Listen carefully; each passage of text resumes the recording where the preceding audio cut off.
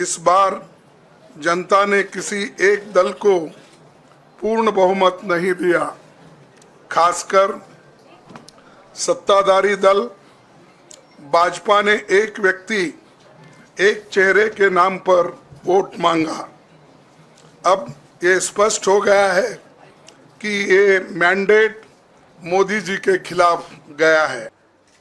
गरीबी, अदानी जी के आपने स्टॉक्स तो देखे होंगे, देखे हैं वो स्टॉक्स उनके, तो बड़ी इंटरेस्टिंग बात है। जनता अदानी जी को मोदी जी से डायरेक्टली कोरिलेट कर रही है।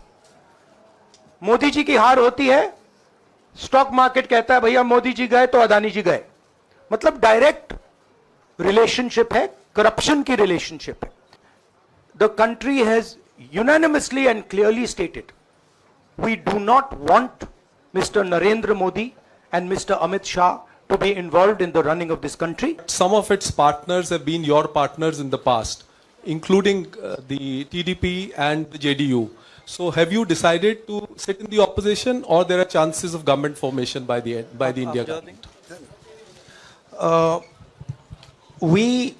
As we have said earlier, we're going to have a meeting with our partners, the India Alliance partners. I believe that meeting is tomorrow, and these questions will be raised there and they will be answered there.